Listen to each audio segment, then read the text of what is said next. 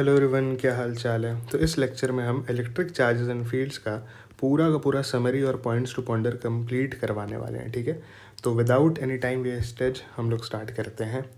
Summary, पहला point है the electric and the magnetic forces determine the properties of atoms, molecules and bulk matter. यानी कि electric and magnetic forces ही ऐसा forces होता है जो हम लोग का एटम्स का, मॉलिक्यूल्स का, इनफैक्ट बड़ा बड़ा बल्क मैटर्स का जो है प्रॉपर्टीज़ को डिफाइन करता है। From simple experiments on frictional electricity, हम लोग यानी एक्सपेरिमेंट परफॉर्म करते हैं किस पे, फ्रिक्शनल इलेक्ट्रिसिटी का, यानी जो हम लोग दो ऑब्जेक्ट को घसते हैं एक दूसरे से तो इलेक्ट्रिसिटी और static electricity and current electricity ये सब प्रोड्यूस होता है। तो उसके बेसिस पे हम लोग जो है एक्सपेरिमेंट परफॉर्म किए और one can infer that there are two types of charges. यानी हम लोग बता सकते हैं कि दो तरह का चार्जेस होता है नेचर में। इन नेचर कौन सा होता है, एक पॉजिटिव होता है, एक नेगेटिव चार्ज होता है। And that like charges repel each other, यानी कि सेम तरह का जो चार्जेस होता है ना, ये क्या करता है, रिपेल करता है एक दूसरे को। और क्या लिखा है, and unlike charges attract each other, यानी ये तो हम लोग बचपन से जानते हैं कि ये जो होता है ऑपोजिट चार्जेस जो होता है वो क्या करता है, अट्रैक्ट करता है एक दूसरे को। बाई कन्वेंशन, यानी कि हम लोग ऐसा मान लिए हैं कि the charge on a glass rod rubbed with silk is positive, यानी कि अगर हम लोग ग्लास रॉड लेते हैं और उसको सिल्क से रब करते हैं तो क्या चार्ज आएगा उस पर, पॉजिटिव आएगा। And that on a plastic rod rubbed with fur, यानी प्लास्टिक रॉड को अगर हम लोग फर से रब करते हैं तब उसके ऊपर क्या चार्ज आएगा, नेगेटिव चार्ज आएगा। ये हम लोग कन्वेंशन में मान लिए। ये तुम्हारा क्या बोलते हैं, मैच द फॉलोइंग में दे सकता है। Conductors allow movement of electric charges through them, insulators do not, यानी कंडक्टर जो होता है वो इलेक्ट्रिक चार्जेस अपने थ्रू जाने देता है। इंसुलेटर्स जो होता है, जैसे कि मान लो कोई तौलिया से तुम अगर कोई चीज़ छू रहे हो तो वो जो है तुम्हारा इलेक्ट्रिक चार्ज को जाने नहीं देगा। अब भाई तुम भीगा तौलिया मत यूज़ कर लेना, नहीं तो फिर इलेक्ट्रिक चार्ज जो है वाटर के थ्रू कंडक्ट हो जाता है। In metals the mobile charges are electrons, यानी कि मेटल्स में क्या चीज़ के थ्रू इलेक्ट्रिसिटी कंडक्ट होता है, इलेक्ट्रॉन्स के थ्रू कंडक्ट होता है। इन इलेक्ट्रोलाइट्स, यानी जो मोल्टन हम लोग इलेक्ट्रोलाइट्स लेते हैं पानी वानी मिला के, तो इलेक्ट्रोलाइट्स में क्या होता है, both positive and the negative ions are mobile, यानी कि उसके अंदर जो आयन्स होता है वो मोबाइल होता है और वही जो है इलेक्ट्रिसिटी कंडक्ट कर देता है in what, in electrolytes. And electric charges है three basic properties. Electric charge जो होता है उसके पास तीन बेसिक प्रॉपर्टी होता है। एक होता है क्वांटाइजेशन, एक होता है एडिटिविटी, एक होता है कंजर्वेशन। एक एक को हम लोग एक एक करके देखते हैं। पहला है quantization of electric charge, means that total charge q of a body is always an integral multiple of a basic quantum of charge E, that is q equal to ne। इसका बेसिक सा मतलब ये होता है कि charge जो होता है वो कभी भी हमेशा एग्जिस्ट करता है। एक चार्ज, दो चार्ज, तीन चार्ज, पांच चार्ज। हम लोग कभी भी ऐसा नहीं बोलते हैं कि 5.5 चार्ज होगा। क्यों? क्योंकि इलेक्ट्रॉन जो है वो आधा नहीं हो सकता है, होगा तो एक इंटीजर के फॉर्म में ही होगा। ठीक है, तो इसी का वैल्यू जो हो सकता है 0 हो सकता है, 1 हो सकता है, 2 हो सकता है, 3 हो सकता है। अब इसके अंदर प्लस माइनस बेसिकली बस आपका पॉजिटिव चार्ज है कि नेगेटिव चार्ज है, एक्सेस ऑफ इलेक्ट्रॉन्स है या फिर डेफिशिएंसी ऑफ इलेक्ट्रॉन्स है, उसको इंडिकेट करता है। Protons and electrons have charges plus E and minus E respectively, यानी प्रोटॉन को क्या चार्ज दे दिया गया, प्लस ई, और इलेक्ट्रॉन को क्या चार्ज दे दिया गया, माइनस ई रेस्पेक्टिवली। लिखा है फॉर माइक्रोस्कोपिक चार्जेस, यानी मैक्रोस्कोपिक चार्जेस यानी कि बड़ा बड़ा चार्जेस की बात हो रही है, मैक्रो। ठीक है, for which N is very large, N बहुत बड़ा है। ठीक है, तुम बड़ा सा बॉडी लो, उसके अंदर कितना सारा, कई मिलियंस बिलियंस इलेक्ट्रॉन्स होगा, है ना। तो उसमें जो है चार्ज हम लोग क्या करते हैं, वेरी लार्ज होता है। तो quantization of charge can be ignored, यानी उसके अंदर हम लोग थोड़ी देखेंगे कि 2 चार्ज है कि 3 चार्ज है, उसमें तो मिलियंस ऑफ चार्ज है। तो ऑलरेडी वो जो है बहुत सारा चार्ज उसमें रहता है। दूसरा पॉइंट है additivity of electric charge, means that the total charge of a system is the algebraic sum, that is, मतलब कि हम लोग क्या कहते हैं, अगर हम लोग को टोटल चार्ज निकालना है किसी सिस्टम में तो उसके अंदर का जितना भी तुम्हारा ये होता है चार्जेस होता है, +2 इलेक्ट्रॉन +3 इलेक्ट्रॉन है मान लो, तो जोड़ के 5 इलेक्ट्रॉन प्लस में आ जाएगा। ठीक है, तो हम लोग सारे चार्ज को क्या कर देते हैं, प्लस कर देते हैं। अब याद रहे कि प्लस और माइनस करना है तो आपको चार्ज का जो नेचर है प्लस और माइनस उस वो भी लेके चलना है। कहीं अगर 5 इलेक्ट्रॉन प्लस में है और फिर माइनस अगर 2 इलेक्ट्रॉन करते हैं तो इसका 3 इलेक्ट्रॉन का बराबर चार्ज आना चाहिए। ठीक है, तो ऐसे 5 + 3 8 मत कर देना, विथ साइन रखना है। तो वही लिखा हुआ है, that is the sum taking into account proper science, यानी आपको प्रॉपर साइंस को भी अच्छे से रख के चलना है। Of all individual charges in the system, हर एक इंडिविजुअल चार्ज के सिस्टम में जो चार्ज है उसको आप अच्छे से ऐड कीजिएगा। तो इलेक्ट्रॉन का जो है इलेक्ट्रिक चार्जेस का क्या है, एडिटिव नेचर ये दर्शाता है। Conservation of electric charges means that the total charge of an isolated system remains unchanged with time. यानी आपके पास कोई आइसोलेटेड सिस्टम है, आप उसके अंदर 5 इलेक्ट्रॉन चार्ज रख दिए, तो आप 10 साल बाद आके भी देखिएगा ना, तो उसके अंदर 5 इलेक्ट्रॉन चार्ज ही रहेगा। बस शर्त यह है कि वो आइसोलेटेड सिस्टम होना चाहिए। अगर खुला हुआ है तो उसके अंदर एडिशन और सब्सट्रैक्शन ऑफ चार्जेस हो सकता है। This means that when bodies are charged through friction, यानी कि अगर हम लोग बॉडी को फ्रिक्शन के थ्रू चार्ज करते हैं ना, फ्रिक्शन क्या मतलब एक दूसरे के अगेंस्ट हम लोग इसको रब कर देते हैं, तो उससे चार्ज आ जाता है बॉडी पे। There is a transfer of electronic charge, electric charge from one body to the another but no creation और डिस्ट्रक्शन ऑफ चार्ज। यानी कि अगर हम लोग रब करते हैं तो एक बॉडी से दूसरे बॉडी पे इलेक्ट्रॉन ट्रांसफ़र हो जाता है, ठीक है। तो एक बॉडी पॉजिटिव हो जाएगा, एक बॉडी क्या हो जाएगा, एक बॉडी जो है आपका नेगेटिव हो जाएगा, यहाँ लिख देते हैं, ठीक है। एक बॉडी आपका नेगेटिव हो जाएगा। और लेकिन जो टोटल सिस्टम है चार्ज में, सिस्टम में जो टोटल चार्ज है वो कैसा रहेगा, वो कंजर्व्ड रहेगा, पहले जितना था उतना ही रहेगा, बस एक दूसरे में ट्रांसफ़र होता रहता है। 5वां पॉइंट है कूलम्स लॉ। कूलम्स लॉ क्या होता है, the mutual electrostatic force between 2 point charges Q1 and Q2 is proportional to the product of Q1 Q2। यानी कि अगर कोई दो चार्ज है Q1 Q2, तो उसके अंदर का हम लोग फोर्स कैसे निकालते हैं, इलेक्ट्रोस्टैटिक फोर्स क्या करते हैं, वो प्रोपोर्शनल है किसके, Q1 Q2। ये जो फॉर्मूला है इसके अंदर किसके प्रोपोर्शनल है, Q1 Q2 and inversely proportional to the square of distance R21। ठीक है, ये हम अच्छे से फैक्टर्स में बताएं। R21 का मतलब क्या होता है, दूसरे चार्ज से लेके फर्स्ट चार्ज का डिस्टेंस जो होता है, मतलब distance of second charge from first charge, उसको हम लोग अगर स्क्वायर कर देते हैं पूरा, ठीक है, स्क्वायर कर देते हैं, तो उसके मतलब इन्वर्सली प्रोपोर्शनल आ जाता है, proportional to the distance R21 separating them. इसके बीच में जो डिस्टेंस है उसके इन्वर्सली प्रोपोर्शनल आ गया। मैथमेटिकली हम लोग कैसे लिख सकते हैं, फोर्स ऑन सेकंड चार्ज, यानी सेकंड चार्ज पे जो फोर्स लगेगा ड्यू टू फर्स्ट चार्ज, वो क्या होगा, force on Q2 due to Q1 क्या होता है, ये होता है। और ये जो है हम R कैप लिखा हुआ है, ऊपर कैप लगा हुआ है, यानी सिर्फ डायरेक्शन दर्शा रहा है कि इस डायरेक्शन में फोर्स जो है वो लगेगा। तो वो चीज़ लिखा हुआ भी है, where 2 1 is the unit vector in the direction from Q1 to Q2, यानी Q1 से लेके Q2 के बीच का डायरेक्शन है ये। एंड K का वैल्यू क्या आ गया, 1/4πε0, यानी K का वैल्यू हम लोग 1/4πε0 लिखते हैं। और K क्या होता है, प्रोपोर्शनैलिटी कांस्टेंट होता है, हम लोग यहाँ देख सकते हैं प्रोपोर्शनैलिटी कांस्टेंट है। द इन SI यूनिट्स क्या लिखा हुआ है, इन SI units the unit charge is coulomb, यानी SI यूनिट्स में हम लोग चार्ज का क्या यूनिट लेते हैं, कूलम यूनिट इसका लेते हैं। The experimental value of the constant E0 is, यानी हम लोग एक्सपेरिमेंट से ये E0 का ना कुछ वैल्यू निकालें। वो वैल्यू क्या है, 8.854 into 10⁻⁻12 coulomb square newton -1 metre -2। ये हो गया इलेक्ट्रॉन ना, इसका सॉरी एप्सिलॉन नॉट का वैल्यू। तो K का वैल्यू क्या होता है, अगर हम लोग इसमें एप्सिलॉन नॉट का वैल्यू रख दे और हम लोग 4π से मल्टीप्लाई कर दे और पूरा को डिवाइड कर दे 1 से, तो K का वैल्यू हम निकाल सकते हैं।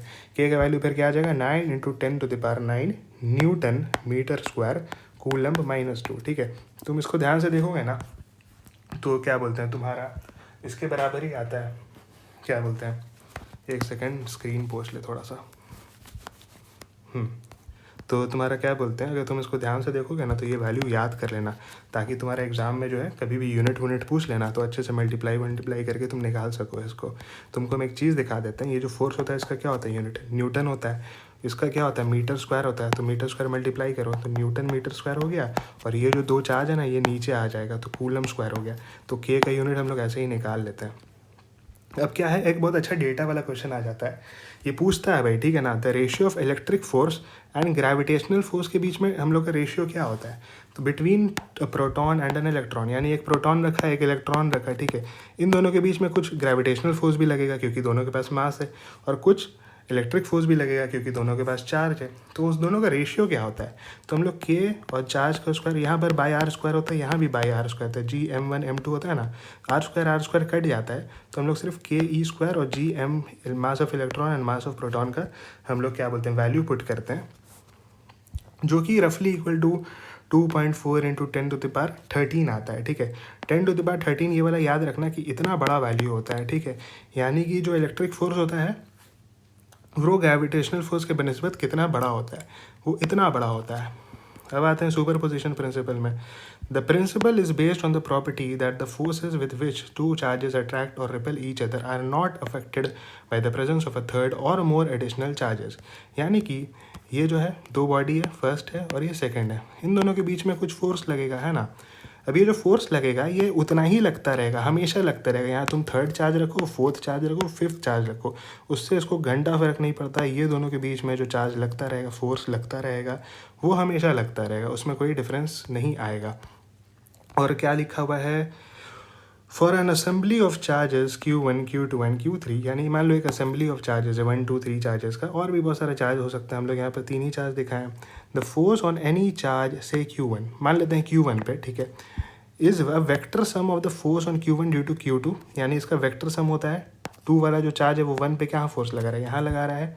The force on Q1 due to Q3, यानी Q1 पे फोर्स Q3 यहाँ लगा रहा है। तो ये दोनों का जो वेक्टर सम है वही हम लोग करके इसके ऊपर नेट फोर्स निकाल सकते हैं फर्स्ट चार्ज पे कि कहाँ लग रहा होगा। और याद रहे ये दोनों के बीच में जो फोर्स है वो हमेशा इक्वल ही लगता रहेगा, इन दोनों के बीच में जो फोर्स है वो हमेशा ही इक्वल लगता रहेगा, वो किसी दूसरे चार्ज से फ़र्क नहीं पड़ता उसको। अब आते हैं for each pair the force is given by Coulomb's law of 2 charges stated earlier. हम जैसा कि पहले बताए 2 चार्ज के बीच में जो फोर्स है वो किससे कैलकुलेट होगा, वो कूलम्स लॉ का जो फोर्स है इससे कैलकुलेट होगा। अब पॉइंट नंबर 8 पे आते हैं, कुछ छूटा नहीं, चलो ठीक है। The electric field E at a point due to a charge configuration is the force on a small positive test charge Q placed at a point divided by the magnitude of the charges, ठीक है। मान लो एक test charge लेते हैं हम लोग Q, ठीक है, तो हम लोग उसको क्या करेंगे, हम लोग नॉर्मल फोर्स का वैल्यू लिखते हैं ना, Q1 Q1 Q2, ठीक है, Q1 Q2, सॉरी पावर में चला गया, वो नीचे होगा Q1 Q2 बाई R²। तो हम लोग क्या करते हैं, इसको एक टेस्ट चार्ज रखते हैं और Q से डिवाइड कर देते हैं। देखो हम लोग फोर्स को Q से डिवाइड कर देते हैं, तो Q कट गया, एक ही Q बचा, ठीक है, Q लिख दिया। K का वैल्यू क्या होता है, 1/4πε0 होता है ना, 1/4πε0 होता है, तो वो लिख दिए। तो बेसिकली यहाँ पर एक Q जो है वो हट जाता है, क्योंकि हम लोग Q से डिवाइड कर देते हैं इलेक्ट्रिक फील्ड निकालते टाइम। आगे आते हैं, क्या लिखा हुआ है, electric field due to a point charge Q has the magnitude, देखो मैग्नीट्यूड कितना होता है, Q/4πε0 R², तो Q/4πε0 R² इसका वैल्यू होता है। It is radially outward from Q से जो होता है वो रेडियली आउटवर्ड होता है इफ़ Q इज़ पॉजिटिव। अगर Q पॉजिटिव है, देखो Q पॉजिटिव है तो रेडियली आउटवर्ड होगा। रेडियली मतलब क्या, मान लो ये स्फेयर है, ठीक है, अब इससे चारों दिशा में, चारों मतलब जितना भी दिशा है, हर दिशा में आउटवर्डली जो है इलेक्ट्रिक फील्ड जो है लाइंस निकल रहा है। लेकिन अगर ये निगेटिव चार्ज है तो इसके अंदर जाता है, इनवर्डली जाता है, रेडियली इनवर्ड, ये चीज़ याद रहे। तो वही लिखा हुआ है, and radially inward if Q is negative like Coulomb's force, like coulomb force electric field also satisfies the superposition principle. यानी जैसे कूलम फोर्स में निकालते टाइम हम लोग सुपरपोजिशन प्रिंसिपल लगाए थे ना, कि तीसरे चार्ज से फ़र्क नहीं पड़ता है, तो इलेक्ट्रिक फील्ड में भी सेम चीज़ लगता है।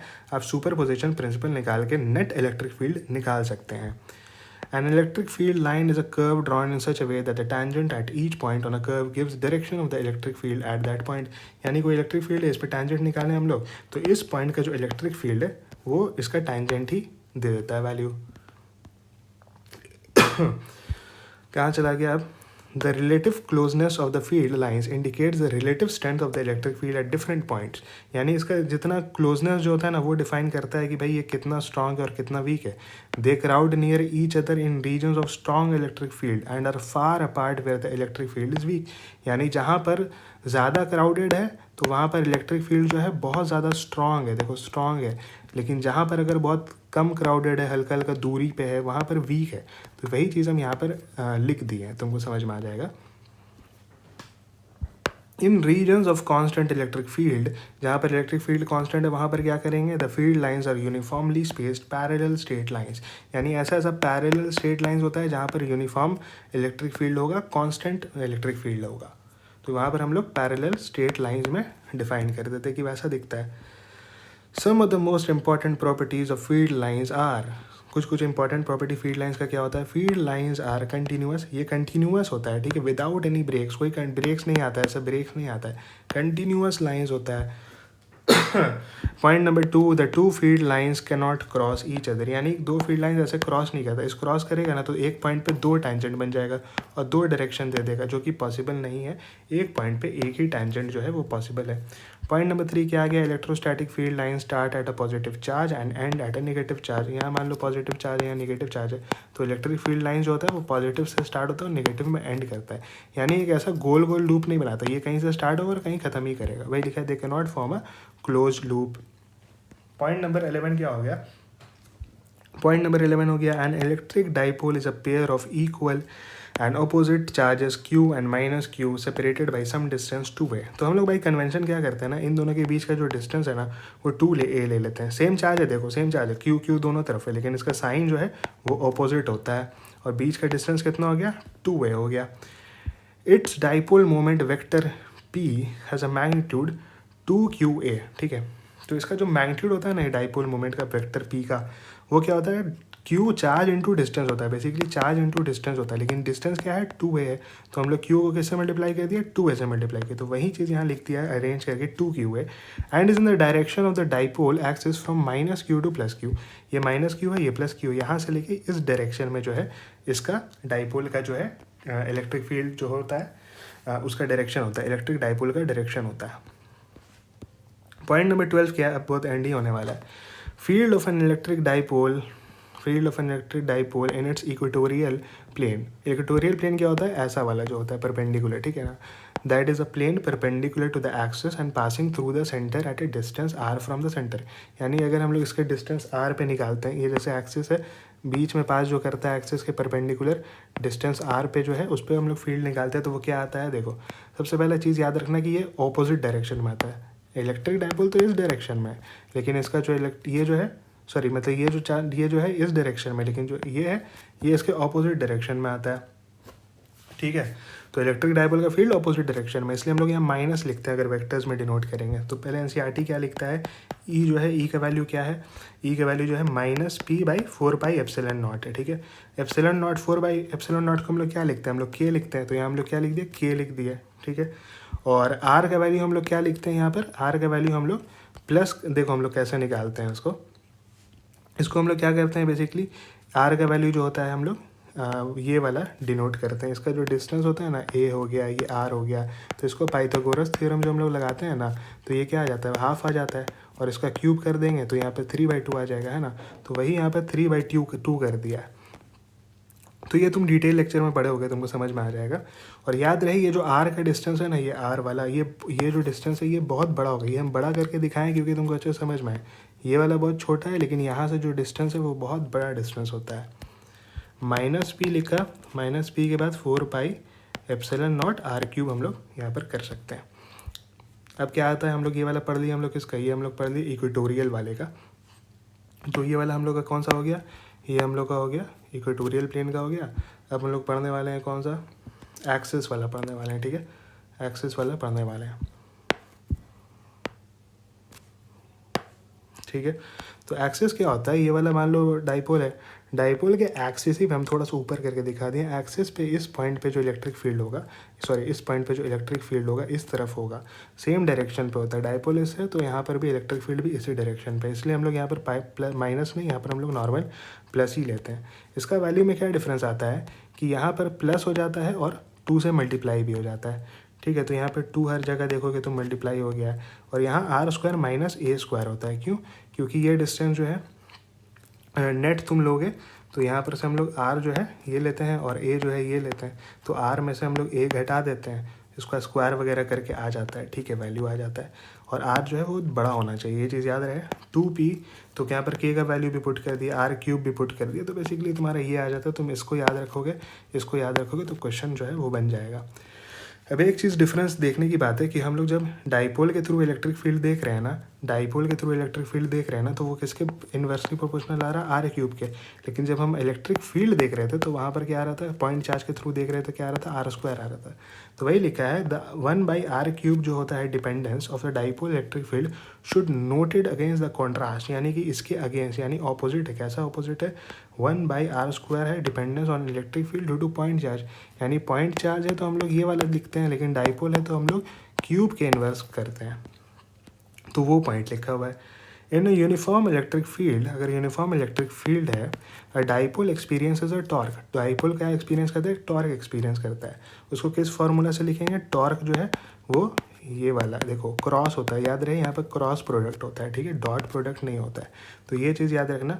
लेकिन नेट फोर्स जो होता है, जैसे मान लो यहाँ इस जगह फोर्स लगा, इस जगह फोर्स लगा, दोनों इक्वल और अपोजिट फोर्स लगा, तो नेट फोर्स देखा जाए तो नेट फोर्स कुछ नहीं है, लेकिन एक टॉर्क मतलब एक घुमाव जो होता है वो प्रोड्यूस हो जाता है, ऐसे घुमाव प्रोड्यूस हो जाता है जिसमें टॉर्क लगता है। द फ्लक्स डेल्टा फाई, ठीक है, फ्लक्स को हम लोग कैसे डिनोट करते हैं, delta phi of electric field through a small area element delta S is given by. Flux निकालना हम लोग क्या करेंगे, कोई भी बॉडी है उसके हम लोग क्या लेते हैं, कॉस थीटा लेते हैं। कॉस थीटा यानी कि हम लोग पॉइंट लेते हैं। देखो बेसिकली अगर फ्लक्स निकालना है ना, तो तुम इलेक्ट्रिक फील्ड को अगर एरिया से मल्टीप्लाई कर दो ना, तो उस पॉइंट का फ्लक्स आ जाता है, ठीक है। अब ये स्मॉल एरिया एलिमेंट लिया है इसलिए डेल्टा एस लिख दिया यहाँ पर, मतलब डिनोट कर दिया कि स्मॉल एरिया लेंगे और उसका डॉट प्रोडक्ट कर देंगे। डॉट प्रोडक्ट यानी कि ई जो होता है डेल्टा एस का कॉस थीटा आ जाएगा, ठीक है, सेम डायरेक्शन का, वो हम लोग कर देंगे। The vector area element delta S is, ठीक है। देखो डेल्टा एस जो होता है ना, वो एक वेक्टर है। एरिया जो होता है वो एक वेक्टर क्वांटिटी होता है। वेक्टर क्वांटिटी क्या है, जिसका बनता है मैग्नीट्यूड का बनता है और डायरेक्शन का बनता है। तो डायरेक्शन को यहाँ एन कैप से डिनोट किया है। अब डायरेक्शन क्या होता है, तुम देखो कोई भी ऐसा सरफेस है जिसका एरिया की बात कर रहे हैं, तो उसके बाहर जो नॉर्मल हम लोग खींचते हैं आउटवर्ड की तरफ, वही जो होता है उस एरिया का जो होता है वेक्टर होता है, ठीक है। अगर मान लो ऐसा बॉडी है तो इसके ठीक बाहर होगा, अगर कोई ऐसा बॉडी है तो इसके ठीक बाहर होगा, दोनों तरफ हो सकता है, लेकिन हम लोग बाहर वाला लेते हैं। और बाहर वाला हम लोग कन्वेंशनली कहीं पर भी मान सकते हैं, तुम्हारे लिए हो सकता है कुछ बाहर हो, दूसरे के लिए हो सकता है कुछ बाहर हो। तो देखो पढ़ के दिखाते हैं, तुमको समझ में आ जाएगा, ज़्यादा डिटेल में जाने का नहीं है क्योंकि समरी है। Where delta S is the magnitude of the area element, ठीक है। डेल्टा एस क्या हो गया, मैग्नीट्यूड हो गया। एन गैप क्या हो गया, is the normal to the area element which can be considered planar for sufficiently small area. यानी अगर छोटा सा एरिया है, ठीक है, अगर पॉइंट चार्ज है तो ऐसा तुमको लगेगा कि गोल एरिया है, लेकिन अगर हम लोग एकदम छोटा करके देखें, इस एरिया को देखें, तो ये क्या आ जाता है, ये एक प्लेनर एरिया आ जाता है। तो अब यहाँ पर क्या लिखा हुआ, कहाँ गया ये, हाँ, for an area element of a closed surface delta N is taken to be the direction outward normal by convention. यानी हम लोग मान लेते हैं, कन्वेंशन मतलब मान लेते हैं कि हम लोग आउटवर्ड लेंगे और नॉर्मल लेंगे। पॉइंट नंबर 15 में क्या है, गॉस लॉ। गॉस लॉ क्या होता है, द फ्लक्स, एक सेकेंड, हाँ, गॉस लॉ क्या है, the flux of electric field through any close surface S is 1/ε0 times the total charge enclose by S. यानी अगर हम लोग को कोई एस वाले जो क्लोज सरफेस है उसके अंदर हम लोग को निकालना है कि भाई बताइए इलेक्ट्रिक फ्लक्स कितना है, ठीक है, फ्लक्स ऑफ इलेक्ट्रिक फील्ड कितना है, तो हम लोग क्या करेंगे, जितना भी चार्ज उसके अंदर है, नेट चार्ज जो उसके अंदर है, उसको हम लोग क्या चीज़ से मल्टीप्लाई कर देंगे, 1/ε0 से मल्टीप्लाई कर देंगे, जो कि हम लोग ऐसा भी लिख सकते हैं। The law is specially useful in determining the electric field E when the source distribution has a simple symmetry। यानी अगर हम लोग मतलब यूज़फुल कब है, यूज़फुल तभी है जब उसके पास एक सिंपल सिमेट्री है, ठीक है। ऐसे निकालने को तो कभी भी निकाल सकते हैं, लेकिन निकालेंगे तब यूज़ होगा जब हम लोग एक सिंपल सिमेट्री को लेंगे, तो उसके अंदर हम लोग निकाल सकते हैं उसका इलेक्ट्रिक फील्ड। मान लो हम लोग 3-4 एग्जाम्पल लेते हैं, ठीक है।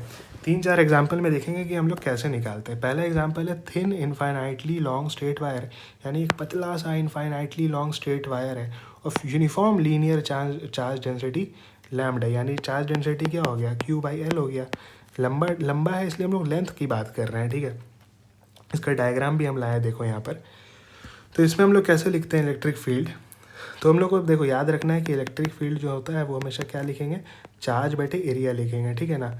चार्ज जो होगा बटे एरिया लिखा जाएगा।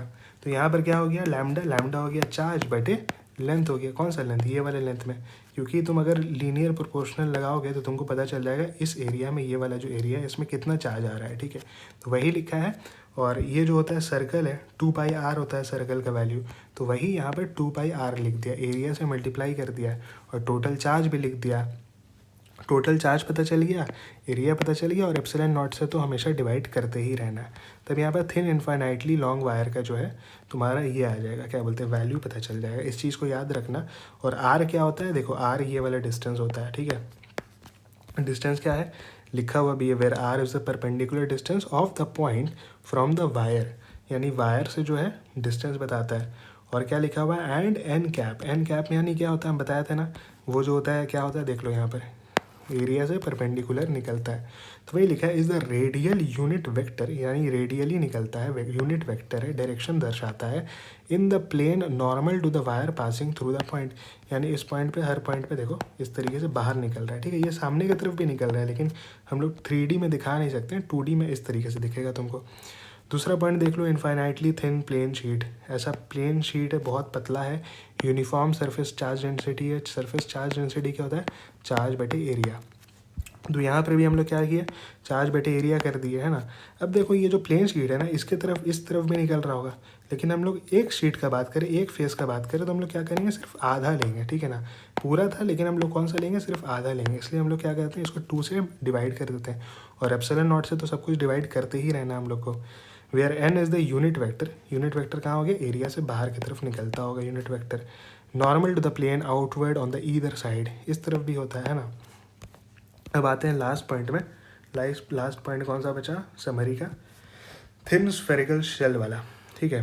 The thin spherical shell of a uniform surface charge density क्या हो गया, लैम्डा हो गया, ठीक है। सॉरी, इसको क्या बोलते हैं हम लोग, सिग्मा बोलते हैं। तो सिग्मा हो गया तुम्हारा क्या, सरफेस चार्ज डेंसिटी। तो इसमें हम लोग कैसे निकालते हैं, अगर हम लोग को निकालना है इलेक्ट्रिक फील्ड, तो यहाँ पर क्या करेंगे, क्यू है, क्यू को हम लोग क्या चीज़ से डिवाइड कर देंगे, एरिया से डिवाइड करेंगे।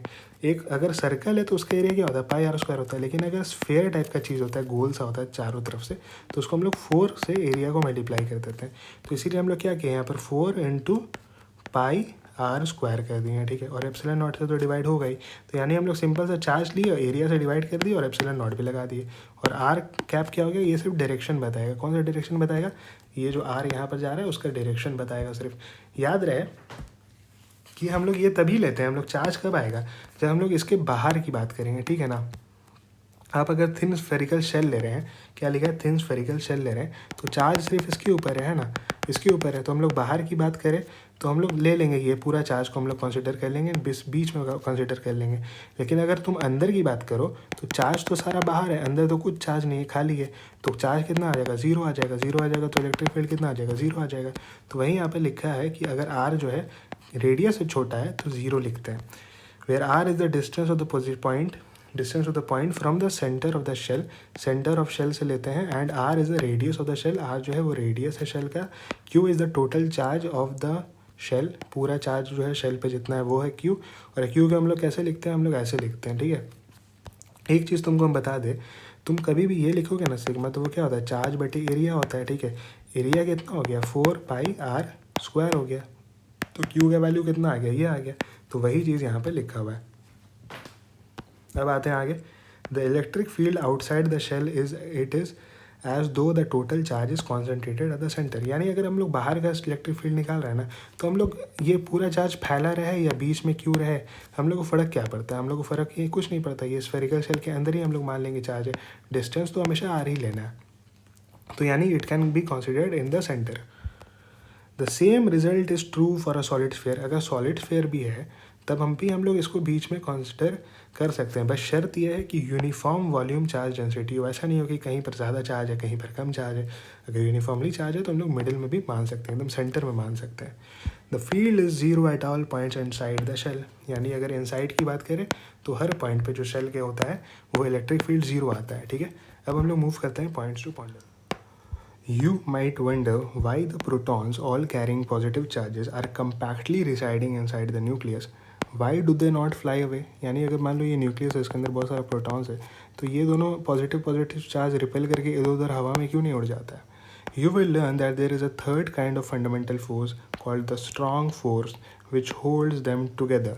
यानी तुमको पता चलेगा कि एक ऐसा भी फोर्स होता है, third kind of fundamental force होता है जिसको हम लोग स्ट्रॉन्ग फोर्स बोलते हैं, जो उन प्रोटॉन्स को एक साथ चिपका के रखता है, ठीक है। देखो फंडामेंटल फोर्स जो होता है ना वो 4 तरीके का होता है, gravitational force, electromagnetic force, strong nuclear force and weak nuclear force. यहाँ पर हम लोग स्ट्रॉन्ग न्यूक्लियर फोर्स की बात कर रहे हैं। जब तुम न्यूक्लियस वाला चैप्टर पढ़ोगे 12th का, तुमको और कुछ सीखने को मिलेगा। The range of the distance where this force is effective is however very small. यानी जहाँ पर ये फोर्स एक्ट करेगा वो डिस्टेंस का जो रेंज होता है ना वो वेरी स्मॉल है। कितना है, 10⁻⁻14 के बराबर है, 10⁻⁻14 मीटर के बराबर है। This is precisely the size of the nucleus. यानी कि ऑलमोस्ट जो है ना न्यूक्लियस के साइज़ के बराबर ही है, तो इसलिए न्यूक्लियस में ही वो फोर्स लगता है और प्रोटॉन्स को एक दूसरे से चिपका के रखता है। Also the electrons are not allowed to set on the top of the protons that is inside the nucleus. Also जो न्यूक्लियस है, प्रोटॉन्स इलेक्ट्रॉन्स जो है वो प्रोटॉन्स के ऊपर नहीं बैठ सकता है, ठीक है ना, न्यूक्लियस के अंदर नहीं जा सकता है। Due to the laws of the quantum mechanics, क्योंकि क्वांटम मैकेनिक्स का लॉ ही वैसा है। This gives atoms their structure as they exist in nature. इसलिए एटम जो होता है वो वहाँ पर ऐसा होता है न्यूक्लियस, और इलेक्ट्रॉन्स जो है वो अराउंड रिवॉल्व करता रहता है।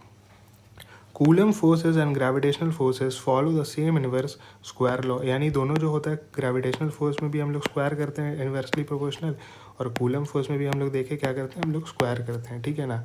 ये वाला तो पता है G m1 m2 होता है, यहाँ K q1 q2 होता है ना, तो इनवर्स लॉ को फॉलो करता है। But gravitational force has only one sine, यानी लेकिन ग्रेविटेशनल फोर्स जो होता है उसके पास सिर्फ एक साइन होता है, यानी वो सिर्फ अट्रैक्टिव होता है, वो कभी रिपल्सिव नहीं होता है। अगर दो मास है तो वो दोनों एक दूसरे को हमेशा अट्रैक्ट करेगा, कभी रिपल नहीं करेगा।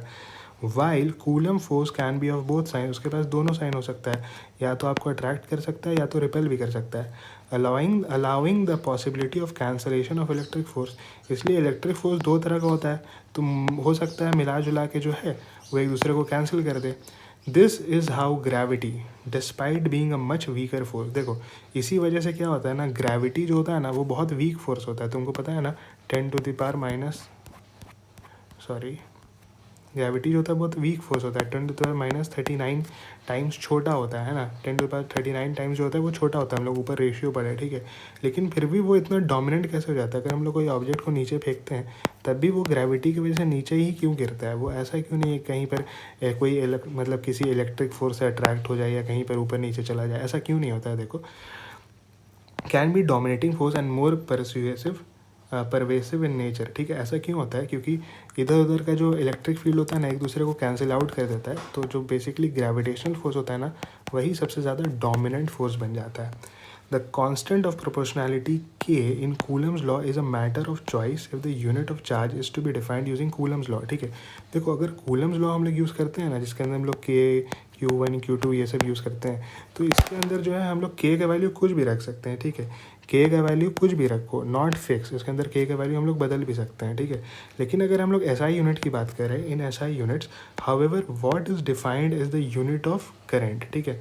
हम लोग कैसे डिफाइन करते हैं, हम लोग इसको बताओ तो SI यूनिट में जो हम लोग कूलम्स का वैल्यू डिफाइन करते हैं वो हम लोग मैग्नेटिक इफेक्ट्स ऑफ करंट से डिफाइन करते हैं, ठीक है। एम्पियर्स लॉ ये सब जो हम लोग पढ़ते हैं ना, वहाँ पर से हम लोग डिफाइन करते हैं कि भाई एक कूलम्स का जो चार्ज है वो कितना होना चाहिए, ठीक है। तुमको हम एक चीज़ और अच्छे से बता दें कि 1 कूलम चार्ज हम लोग कैसे लिखते हैं। 1 कूलम चार्ज हम लोग लिखते हैं ना कि देखो, एक चीज़ हम तुमको शुरू से बता दे। देखो, हम लोग क्या कहते हैं, Q इक्वल टू IT करते हैं ना, हम लोग ये वाला चीज़ पढ़े हुए हैं। तो यहाँ पर हम लोग क्या किए, coulomb charge into current into time कर दिए। यहाँ पर जो है एम्पियर का वैल्यू फिक्स है, तो एम्पियर वगैरह का वैल्यू अगर तुम रखोगे ना तो 1 कूलम का चार्ज का वैल्यू हम लोग निकाल सकते हैं, एम्पियर्स लॉ, मैग्नेटिक इफेक्ट, ये सबसे निकाल सकते हैं। तो इस केस में क्या होता है ना, 1 कूलम का जो चार्ज है वो हम लोग एक स्पेसिफिक चार्ज लेते हैं, ठीक है। वो हम लोग कुछ भी रैंडम नहीं ले सकते हैं। देखो, एक स्पेसिफिक चार्ज लेते हैं, 1 कूलम का चार्ज बहुत बड़ा होता है, इतना सारा इलेक्ट्रॉन्स के बराबर होता है, ठीक है। तो अगर तुम कूलम में तुम क्या बोलते हैं कि अगर तुम 1 कूलम का वैल्यू ऐसे रखोगे, ऐसे 1 कूलम का वैल्यू रखोगे तो कितना बड़ा वैल्यू मल्टीप्लाई बाई इसी के बराबर अगर हम लोग 1 कूलम कर दे, तो ये जो K का वैल्यू है ये हम लोग एक वैल्यू मिलता है जो कि एक स्पेसिफिक वैल्यू होता है, ठीक है ना। बेसिकली तुम ये याद रखो कि अगर कूलम्स लॉ से बात कर रहे हैं तो K का वैल्यू हम लोग डिफाइन नहीं करेंगे, लेकिन अगर SI यूनिट का बात करेंगे तो वहाँ हम लोग K का वैल्यू एक फिक्स रखेंगे। वो फिक्स वैल्यू कितना होता है, देखो 9 होता है, ठीक है। ये यूनिट्स याद रख लेना। तो वही चीज़ लिखा हुआ है कि in this case the value is no longer arbitrary, यानी कोई रैंडम वैल्यू नहीं लेंगे, बस हम लोग ये वैल्यू लेंगे, बस इतना चीज़ याद रखना, बस ये चीज़ याद रखना, तुम्हारा काम हो जाएगा, ठीक है।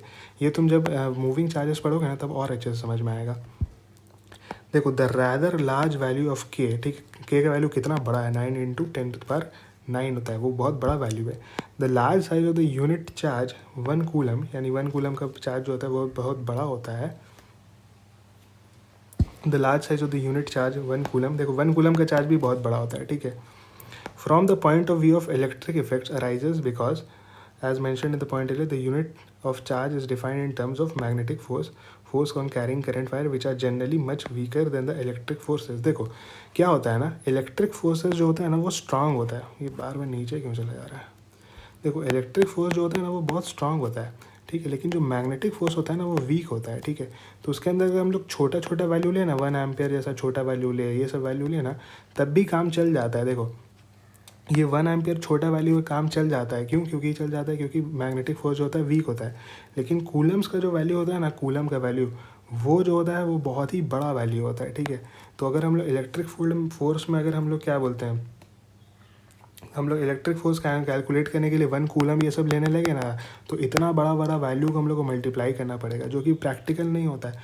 तुमको हम समझाते हैं कि देखो हम लोग 2 तरीके से कैलकुलेट कर सकते हैं, एक कूलम्स लॉ से, एक एसआई यूनिट से। एसआई यूनिट से कैलकुलेट करेंगे तो क्या होता है देख लो, from the point of view of electric effects arises because the unit charge is defined in terms of magnetic force. हम लोग यूनिट चार्ज को कैसे डिफाइन करते हैं, मैग्नेटिक फोर्स की मदद से डिफाइन करते हैं, यानी एसआई यूनिट से डिफाइन करते हैं, which are generally much weaker than electric forces. Magnetic force जो होता है वो इलेक्ट्रिक फोर्स से बहुत वीक होता है। Thus while 1 ampere is a unit of reasonable size, हम लोग 1 एम्पेयर तो बहुत रीजनेबल साइज का यूनिट ले सकते हैं फॉर मैग्नेटिक फील्ड्स, ठीक है, मैग्नेटिक फील्ड्स के लिए। लेकिन हम लोग सोचेंगे कि हम लोग इलेक्ट्रिक फील्ड्स के लिए 1 कूलम ले लें, लेकिन नहीं, 1 कूलम बहुत बड़ा यूनिट हो जाता है। तो इसका मतलब क्या हो गया कि हम यहाँ पर लिख देंगे, तुम्हारा कैसे लिख देते हैं देखो, एक बार लिख के दिखाते हैं। मैग्नेटिक फील्ड है तो हम लोग 1 एम्पेयर ले सकते हैं, बहुत सही है। लेकिन अगर इलेक्ट्रिक फील्ड की बात कर रहे हैं तो 1 कूलम हम लोग सोचेंगे ले लेंगे, लेकिन नहीं, ये बहुत हो जाएगा। क्या हो जाएगा ये हो जाएगा टू बिग, ठीक है। तो इसीलिए हम लोग जनरली माइक्रो कूलम, ठीक है, पिको कूलम, ये सब यूज़ करना पसंद करते हैं। बस इसका मतलब यही है, सिंपल सी बात है, ठीक है। थोड़ा सा इंग्लिश थोड़ा सा हार्ड लिखा हुआ है शायद। पॉइंट नंबर 5 क्या था, the additive property of charge, ठीक है, is not an obvious property. तुम सोचोगे यार चार्ज जो है वो तो बहुत ऑब्वियस सी प्रॉपर्टी हम लोग ऐड कर देंगे, ठीक है। It is related to the fact that electric charge has no direction associated with it. Charge is a scalar quantity, charge scalar quantity, इसलिए हम लोग इसको सिंपली एडिटिव नेचर कर देते हैं, ठीक है। हाँ, 2 + 3 5 हो गया। लेकिन अगर ये वेक्टर क्वांटिटी होता तो हम लोग इसको इतना आसानी से ऐड नहीं कर सकते। पॉइंट नंबर 6 है, charge is not only a scalar or invariant under rotation, it is also invariant for frames of reference, ठीक है, रिलेटिव मोशन। देखो चार्ज जो होता है ना वो स्केलर होता है, ठीक है, इज़ नॉट ओनली स्केलर, ठीक है। सिर्फ देखो क्या होता है ना, वो स्केलर जो होता है, तुमको कैसे समझाएं हम, देखो, is not only scalar or invariant under a rotation, ठीक है, it is also invariant for frames of reference, ठीक है, इन रिलेटिव मोशन, ठीक है। देखो चार्ज जो होता है वो स्केलर क्वांटिटी है, ठीक है, स्केलर क्वांटिटी है, यानी वो चेंज नहीं होता, इनवेरिएंट होता है। इनवेरिएंट यानी कि देखो ये जो वेरिएशन वर्ड है ना, वेरिएंट, ये वेरिएशन से आता है, इसके अंदर इन लगा देंगे ना तो वो एक तरीके से बोल रहा है इन वेरिएशन, यानी वेरिएशन नहीं आता है, इन वेरिएशन होता है। चार्ज जो होता है इनवेरिएंट होता है। अगर हम लोग कोऑर्डिनेट एक्सिस वगैरह को रोटेट कर देना, जब भी चार्ज का वैल्यू वही रहेगा, और अगर हम लोग दूसरे फ्रेम ऑफ रेफरेंस से देखें तब भी चार्ज का वैल्यू वही रहेगा। चार्ज इज ऑलवेज इनवेरिएंट होता है, independent of frame of reference, relative motion, कुछ भी, ठीक है। तुमको ये नहीं समझ आ रहा है, तुम एक मेरा बात सुनो। देखो तुम सोचोगे कि स्केलर क्वांटिटी है तो ऐसा ही होता रहेगा, नहीं, काइनेटिक एनर्जी भी स्केलर क्वांटिटी होता है। तो उसमें क्या होता है, देखो काइनेटिक एनर्जी भी क्या होता है, स्केलर क्वांटिटी होता है। तो तुम सोचोगे तब भी वो भी इनवेरिएंट होगा, वो भी फ्रेम ऑफ रेफरेंस पे डिपेंड नहीं करेगा, लेकिन ऐसा नहीं होता है। Kinetic energy is a scalar quantity under rotation, यानी अगर हम लोग इसका एक्सिस घुमा दे, एक्सिस अगर मान लो ऐसा कोऑर्डिनेट सिस्टम रखे या ऐसा कोऑर्डिनेट सिस्टम रखे, कुछ भी रखे, तो काइनेटिक एनर्जी ऐसे देखा जाए तो स्केलर क्वांटिटी है। लेकिन अगर हम लोग फ्रेम ऑफ रेफरेंस बदलते हैं, रिलेटिव मोशन देखते हैं, तो काइनेटिक एनर्जी का वैल्यू चेंज हो जाता है। देखो काइनेटिक एनर्जी का वैल्यू क्या होता है, 12mv²। और तुमको पता है वेलोसिटी जो है फ्रेम ऑफ रेफरेंस पे डिपेंड करता है। अगर बस पे बैठ के तुम किसी चीज़ को देख रहे हो तो उसका वेलोसिटी है, लेकिन अगर बस पे बैठ के तुम अपने सामने वाले बंदे को देख रहे हो तो उसका वेलोसिटी नहीं है। तो इस तरीके से काइनेटिक एनर्जी तो चेंज हो जाता है, लेकिन चार्ज के साथ ऐसा केस नहीं है। चार्ज इज ऑलवेज इनवेरिएंट होता है and it doesn't change with relative motion, with frame of reference, nothing. Point number 7 क्या है, conservation of a total charge of an isolated system is a property independent of the scalar nature of the charge, noted in point 6। तुम सोचोगे कि scalar quantity है, ठीक है, scalar quantity है इसलिए कंजर्वेटिव है, नहीं। स्केलर क्वांटिटी जो है वो कंजर्वेटिव भी हो सकता है, नॉन कंजर्वेटिव भी हो सकता है। वेक्टर क्वांटिटी जो है वो भी कंजर्वेटिव और नॉन कंजर्वेटिव हो सकता है। इसके अंदर एग्जाम्पल्स दिया वो हम तुमको दिखाए। Conservation refers to the in variation in time in a given time reference, यानी इन कंजर्वेशन क्या मतलब होता है, यानी ये कोई चेंज नहीं ला रहा है, इनवेरिएंट है, इसके अंदर कोई चेंज नहीं है। एक टाइम फ्रेम में देखा जाए तो टाइम कोई चेंज नहीं है। तुमको बताया ना, एक बॉक्स पे पाँच इलेक्ट्रॉन रख दो, 10 साल बाद आके देखो तब भी 5 इलेक्ट्रॉन रहेगा, ठीक है। अ क्वांटिटी में be scalar but not conserved like kinetic energy in elastic collision. देखो क्वांटिटी जो है वो स्केलर भी हो सकता है, ठीक है, और नॉन कंजर्व्ड भी हो सकता है। तुम सोचोगे कि स्केलर क्वांटिटी है तो हमेशा कंजर्व्ड होगा, नहीं, scalar quantity can also be non conserved. For example kinetic energy in elastic collision, यहाँ पर क्या होता है, काइनेटिक एनर्जी कंजर्व नहीं रहता है इन इलास्टिक कोलिजन में। अब देखो तुम सोचोगे कि वेक्टर है तो कंजर्व नहीं रहेगा, नहीं ऐसी बात नहीं है, वेक्टर क्वांटिटी भी कंजर्व हो सकता है, जैसे कि एंगुलर मोमेंटम, एल मतलब एंगुलर मोमेंटम इन आइसोलेटेड सिस्टम। ये एग्जांपल दिया हुआ है, बस तुम ये याद रखना। हम देखो यहाँ पर इतना अच्छे से नोट्स लिख दिए हैं, तुमको ये PDF चाहिए होगा तो तुम हमको टेलीग्राम या व्हाट्सएप पर टेक्स्ट करना, वहाँ मिल जाएगा तुमको, या फिर मेरा टेलीग्राम चैनल चेक कर लेना। On the other hand, one can have a conserved vector quantity, example angular momentum in an isolated system। तुमको ये समझ में आ गया? अब इजी पॉइंट्स आ गया, देखो कैसा लिखा है, quantization of electric charge is a basic unexplained law of nature interestingly. यानी हम लोग ये क्वांटाइजेशन पढ़े थे ना, तो ये एक क्या है, ये एक बेसिक लॉ है, इसको हम लोग एक्सप्लेन नहीं करते हैं ऐसा क्यों होता है, लेकिन ऐसा होता है। तो तुम सोचोगे अगर चार्ज हम लोग क्वांटाइज है तो मास भी ऐसा क्वांटाइज होना चाहिए, एक ऐसा मास होना चाहिए जिसके मल्टीपल में हर मास एग्जिस्ट करे, इससे छोटा मास कुछ होना, जैसे इलेक्ट्रॉन है तो इससे छोटा कुछ चार्ज एग्जिस्ट नहीं कर सकता है, तो ऐसा कुछ मास भी होना चाहिए जिससे छोटा मास एग्जिस्ट नहीं करता होगा, लेकिन ऐसा नहीं है। There is no analogous to the quantization of mass, ऐसा कोई भी सिमिलर चीज़ हम लोग को नहीं मिलता है मास के लिए। नंबर 9 क्या है, superposition principle should not be regarded as an obvious or equated with the law of addition of vectors. तुम सोचोगे कि ये सुपरपोजिशन वेक्टर है, ये तो मामूली से बात है, हर वेक्टर को हम लोग ऐड करके ऐसे ही निकालते हैं, लेकिन ऐसा नहीं है। सुपरपोजिशन वेक्टर जो होता है वो 2 थिंग्स बताता है, इट सेज 2 थिंग्स। पहला थिंग क्या है, force on one charge due to another charge is unaffected by the presence of the other charges. पहला बात हमको बताया हम कि 2 चार्ज के अंदर जो फोर्स लग रहा है वो तीसरे चार्ज से उसको फ़र्क नहीं पड़ता, वो लगता रहेगा। दूसरा पॉइंट क्या बताया, and there are no additional 3 body और 4 body forces which arises only when there are more than 2 charges. तुम सोचोगे कि यहाँ पे 2 बॉडी है तो एक फोर्स लग रहा है, ठीक है, तो अगर तीसरा बॉडी आ जाए तो हो सकता है इसके ऊपर कुछ और ऐसा फोर्स लग रहा हो, कुछ एडिशनल फोर्स लग रहा होगा, जब जो उसको हम लोग नाम दे सकते हैं 3 बॉडी या 4 बॉडी फोर्सेस, तब लगे। नहीं, ऐसा नहीं होता है।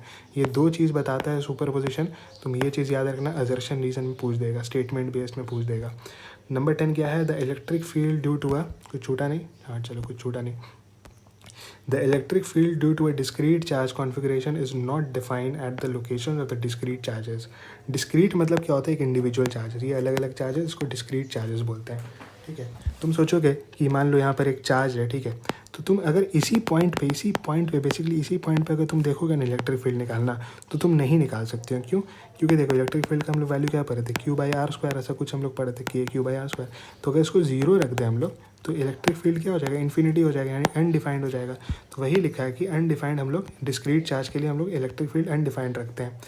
दूसरा पॉइंट क्या लिखा है, for continuous volume charge distribution, अगर कोई वॉल्यूम चार्ज डिस्ट्रीब्यूशन लेते हैं, it is defined at any particular point in the distribution.